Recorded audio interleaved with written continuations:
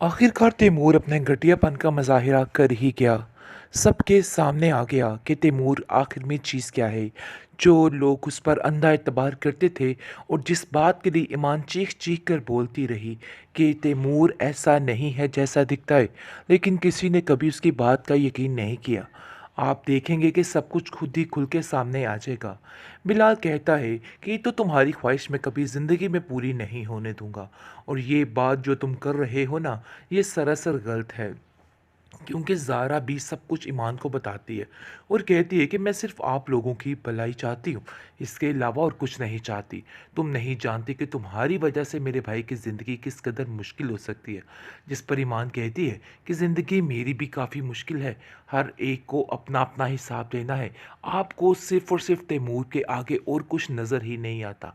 आपको ऐसा लगता है कि जैसे तैमूर भाई के अलावा इस दुनिया में और कोई है ही नहीं और उसको हासिल करना ही आपकी ज़िंदगी का मकसद है।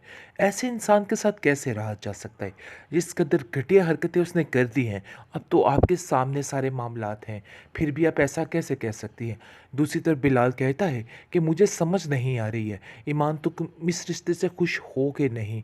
मैं कभी महसूस करता हूँ कि तुम इस रिश्ते से बिल्कुल खुश नहीं और कभी ऐसा लगता है कि जैसे तुम कुछ कहना चाहती हो। लेकिन ये आप देखेंगे कि ज़ारा कहती है कि मैंने उसकी आंखों में तुम्हारे लिए सिर्फ़ और सिर्फ़ प्यार देखा है। ये बात बिल्कुल हकीकत है, इसलिए तुम बिला वजह इन बातों को लेके परेशान मत हो। देखो सब ठीक हो जाएगा, मैं तुम्हारे साथ हूँ, अब मुझे कोई किसी का डर नहीं है। जिस पर बिलाल कहता है कि अगर तुम मेरे साथ हो तो तुम्हें ईमान को भी दिल से कबूल करना होगा, क्योंकि ईमान को जो दिल से कबूल नहीं करेगा वो मेरा कुछ भी नहीं लगता है। खैर आप देखेंगे कि तैमूर ने अपनी सारी असलियत खुद ही ला के सामने रख दी है। सबको समझ आ चुकी है कि आखिर तैमूर क्या चीज़ है। अब बिलाल कहता है कि तुम्हारा भांडा कैसा फूटा है, तुमने ज़ारा के सामने अपनी जो झूठी मायत रखी हुई थी वो सब कुछ खुल के सामने बुरा तुम्हें नीचा करने के लिए कुछ भी कर सकते हैं, इसलिए इन लोगों पे यकीन बिल्कुल भी नहीं करना। ये लोग इस काबिल नहीं हैं कि इन पे यकीन किया जाए। तुम भी याद रखो, इन धमकियों से डरोगे तो खुद ही पछताओगे। लेकिन इस दफ़ा फिर ज़ारा वही हरकत कर रही है, अपनी खुदगर्जी की खातिर हर चीज़ को दांव पे लगाना चाहती है और बस चाहती है कि बस जो वो कह रही है वैसा ही हो जाए। कुछ तो ऐसा हो कि तैमूर उसके साथ मिल जाए और उसका हो जाए। लेकिन ये इसकी बहुत बड़ी बेवकूफ़ी है, क्योंकि तैमूर इसका सगा कभी नहीं हो सकता है। ये बात इसको समझ लेनी चाहिए, लेकिन शायद उसे इन सब बातों की समझ ही नहीं आ रही है और वो समझ रही है कि नहीं, मामला ठीक हो जाएंगे। यहाँ कुछ भी ठीक होने वाला नहीं, मामलात बदतर से बदतर ही होते जाएंगे, क्योंकि किसी भी तरह से तैमूर इस चीज़ को भूलने वाला नहीं। क्योंकि उसने साफ साफ बिलाल को कह दिया है कि अपने दिमाग को तुम ठीक कर लो और मैं तुम्हें कह रहा हूं कि उसका पीछा छोड़ दो। ऐसा ना हो कि तुम्हारी हर चीज़ को जलाकर राख कर दूं। लेकिन मैं ईमान पर आँच भी बर्दाश्त नहीं कर सकता। ये बात तुम भी बड़े अच्छे तरीके से जानते हो और मैं भी। इसलिए मुझे इन सब चीज़ों में मत उलझाओ। मुझे पता चल चुका है कि तुमने लैला को क्यों छोड़ा था और इसके पीछे असल वजह क्या थी, और आज ये चीज़ बिल्कुल सामने आ गई है। देखो मैं तुम्हें अभी भी समझाने की कोशिश कर रहा हूँ, मेरे रास्ते में रुकावट मत बनो। जो जो मेरे रास्ते में रुकावट बनेगा मैं किसी की परवाह नहीं करूँगा। ये बात तुम्हें अच्छे तरीके से पता होनी चाहिए। तो इसलिए बेहतर यही है कि अपना रास्ता नापो और मुझे अपना काम मेरे तरीके से करने दो। लेकिन बिलाल भी उसको खरी खोटी सुना के वहाँ से भेजता है। बिलाल ईमान को समझाने की कोशिश कर रहा है कि देखो इन सब चीज़ों में मैंने कुछ भी नहीं किया, बल्कि मैंने सिर्फ तुम्हारी जान बचाने की कोशिश की है। लेकिन शायद तुम्हें समझ नहीं आ रही और तुम मुझे ही गलत समझ रही हो। जिसको सुनकर वो कहती है कि आज मेरा मोहब्बत से पूरे तरीके से यकीन उठ चुका है। तुमने जो कुछ किया है यकीन मानो कभी भी ये बर्दाश्त नहीं कर सकती। इतना बड़ा धोखा किया है कि मैं ज़िंदगी भर इन सब चीज़ों को नहीं भूल सकती हूँ। लेकिन जी आप देखेंगे कि ईमान की इन बातों ने बहुत ज़्यादा दिल परेशान करके रख दिया है इस बेचारे बंदे का, और वो भी काफ़ी परेशान है और कहता है ईमान तुम फिक्र मत करो, बहुत जल्द सारे मामला ठीक हो जाएंगे। देख लेना, मैं बहुत जल्द सारे मामलात को खुद हैंडल करूँगा।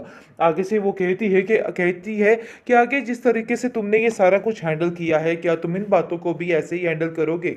मैं खुद बहुत ज़्यादा परेशान हूँ। लेकिन जी दूसरी तरफ तैमूर जो है वो पागल हो चुका है, सबको कहता फिर रहा है कि खबरदार किसी ने ईमान को कोई नुकसान पहुंचाने की कोशिश की। वो आ जाता है बिलाल के पास और कहता है कि अपने दिल से उसका ख्याल तक निकाल दो, क्योंकि ये बात मैं हरगिज़ बर्दाश्त नहीं करूँगा और तुम्हें बता रहा हूँ कि अपने आप को ठीक कर लो और उससे दूर रहो। जिस पर बिलाल कहता है कि शायद तुम्हारा दिमाग खराब हो चुका है, पता नहीं क्यों फजूल और ऊट पटांग सी बातें कर रहे हो, ऐसा सोचना भी मत। हाँ, मैं जानता हूँ कि तुम मुझसे बड़े हो, लेकिन इसका मतलब ये नहीं है कि मैं तुम्हारे लिहाज सब खत्म कर दूंगा। दूसरी तरफ ज़ारा, जिसके दिल में कहीं ना कहीं मोहब्बत पैदा हो चुकी है अपने भाई के लिए, और वो कहती है कि मैं किसी भी तरह से उन लोगों को नुकसान नहीं होने दूंगी, चाहे जो मर्जी हो जाए, क्योंकि वो जान चुकी है और देख चुकी है मामलात को कि किस तरफ सरगर्म मामलात हो चुके हैं और हर चीज़ पेचीदा होती हुई नज़र आ रही है। वो बिलाल को कहती है कि बिलाल, तुम्हें इन सब चीज़ों में देरी नहीं करनी चाहिए, बल्कि जल्द अज जल्द ईमान से शादी कर लेनी चाहिए। सबसे बेहतरीन हल यही है, इसके अलावा और कोई ऑप्शन नहीं है। जिसको सुनकर आप देखेंगे कि वो आगे से खामोश हो जाता है और कहता है कि तुम्हारा शोहर तो आके मुझे इस तरीके से धमकियां देता फिर रहा है कि जैसे पता नहीं क्या हो गया है। आगे से आप देखेंगे कि वो भी उसको साफ साफ कह देती है कि देखो, मेरी बात तुम भी याद रखो, इन धमकियों से डरोगे तो खुद ही पछताओगे। लेकिन इस दफा फिर ज़ारा वही हरकत कर रही है, अपनी खुदगर्जी की खातिर हर चीज़ को दांव पे लगाना चाहती है और बस चाहती है कि बस जो वो कह रही है वैसा ही हो जाए, कुछ तो ऐसा हो कि तैमूर उसके साथ मिलकर उसका हो जाए। लेकिन ये इसकी बहुत बड़ी बेवकूफ़ी है, क्योंकि तैमूर इसका सगा कभी नहीं हो सकता है। ये बात इसको समझ लेनी चाहिए, लेकिन शायद उसे इन सब बातों की समझ ही नहीं आ रही है और वो समझ रही है कि नहीं, मामला ठीक हो जाएंगे। यहाँ कुछ भी ठीक होने वाला नहीं, मामलात बदतर से बदतर ही होते जाएंगे, क्योंकि किसी भी तरह से तैमूर इस चीज़ को भूलने वाला नहीं। क्योंकि उसने साफ साफ बिलाल को कह दिया है कि अपने दिमाग को तुम ठीक कर लो और मैं तुम्हें कह रहा हूं कि उसका पीछा छोड़ दो। ऐसा ना हो कि तुम्हारी हर चीज़ को जलाकर राख कर दूं। लेकिन मैं ईमान पर आँच भी बर्दाश्त नहीं कर सकता। ये बात तुम भी बड़े अच्छे तरीके से जानते हो और मैं भी। इसलिए मुझे इन सब चीज़ों में मत उलझाओ।